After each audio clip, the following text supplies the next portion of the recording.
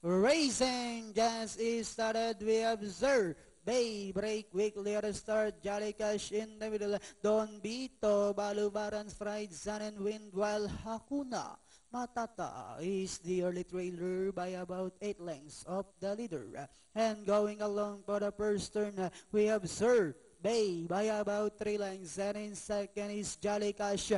Don Vito is racing in third. Balubaran's Pride comes next. Sun and Wind, while Hakuna Matata is still racing in last. Back to the leader, we have Sir Bay by about 6 lengths. Jolly Cash in second, and on the outside third is Don Vito. Hakuna Matata now moving up to take fourth. Sun and Wind, while Balubaran's Pride now racing in less. And at the far turn, we have Survey by about 6 lengths. Don Vito remains in second. Hakuna Matata is racing in third.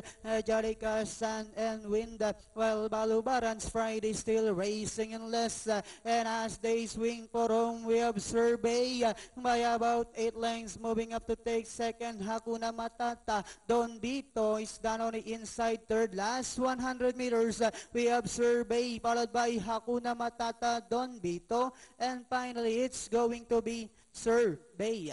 The second is Hakuna Matata, Don Vito, Jolly Cash. Sabi ni Survey, yes, now is the day. Oo. Ngayon na. Did not disappoint. Yun, no?